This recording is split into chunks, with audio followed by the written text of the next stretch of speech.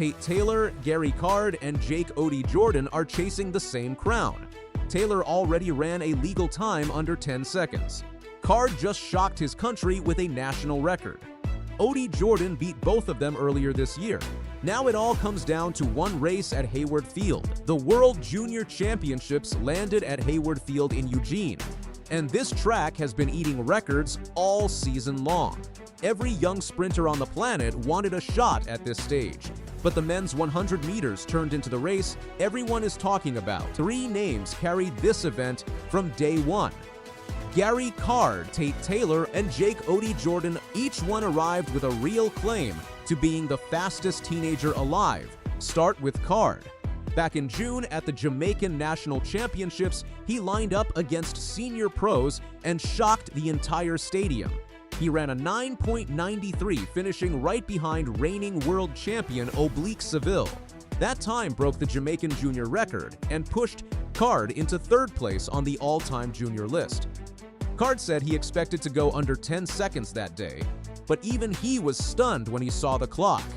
One race changed everything. Card's rise did not happen overnight either, winning sprint titles at his prep school in Kingston, one of the most respected sprint programs in the world.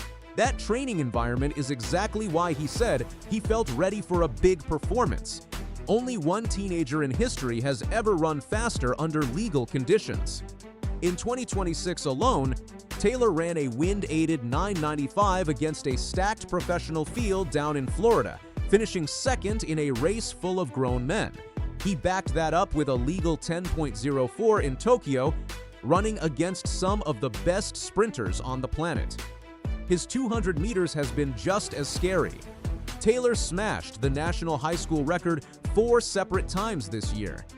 He capped it off with a blistering 19.75 at the Prefontaine Classic, right here on this same Eugene track, beating Olympic champion Letsile Tebogo in the process. That time places him 3rd on the all-time junior list in that event, ahead of legends like Usain Bolt. For a high schooler from San Antonio, Texas, this kind of season is almost unheard of. Rounding out the trio is Jake Odey Jordan. This British sprinter has been closing the gap all season long.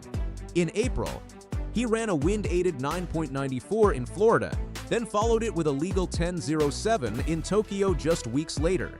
In June, right here at Hayward Field, he did something huge. He beat his own training partner, Tate Taylor, to win the United States junior title, setting a European junior record of 10.01 in the process. Odey Jordan's story adds even more weight to this final. He already owns 2 medals from the last World Juniors in Peru, taking bronze in the 200 meters and silver in the relay as a 16-year-old. He also set a British indoor record over 300 meters earlier this year, proving his speed carries across multiple distances. Training alongside Taylor in Texas has clearly pushed both sprinters to another level, and now that partnership turns into a head-to-head battle for gold. With 3 legitimate contenders like this, fans expected fireworks from the very first round, and that is exactly what they got.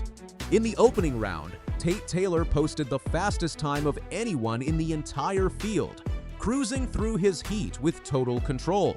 Right behind him came Gary Card, clocking the 2nd fastest time of the morning at 10.07. Card told reporters afterward that he felt more ready than he did 2 years ago at the last World Juniors. South Africa's Marco Ferreira also turned heads that morning, running the 3rd fastest time and calling the Hayward Field track the fastest surface he has ever competed on in his life. The semifinals brought even more intensity to an already loaded event. Taylor looked calm and controlled, powering through the line to post the fastest time across all 3 heats at 10.06 seconds. He said afterward that the race felt good overall, but that his team still has small things to sharpen before the final. Marco Ferreira won his heat too, clocking 10.13, though he admitted the run was not exactly what he wanted out there. Gary Card also advanced by winning his semifinal heat in 10.16s, keeping his podium hopes alive heading into the biggest race of his young career.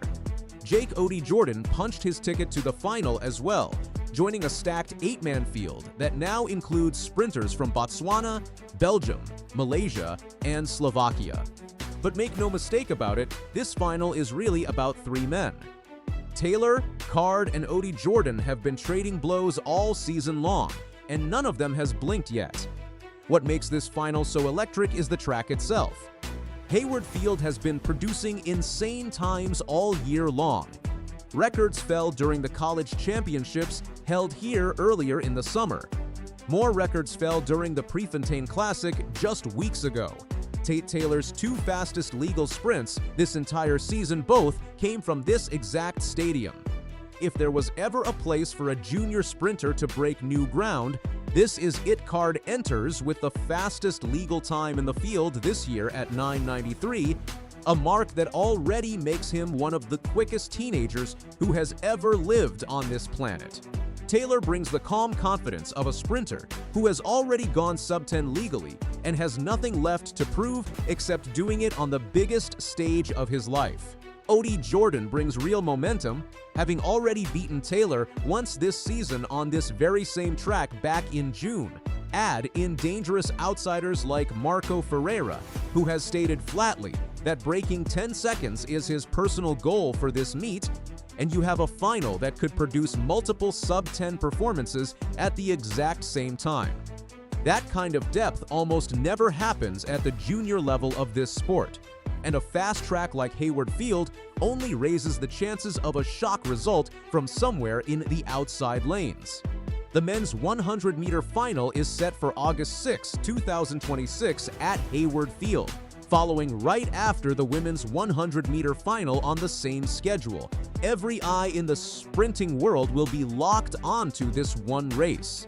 A brand new junior world champion is about to be crowned, and given how this entire season has gone, there is a very real chance we see history made alongside it.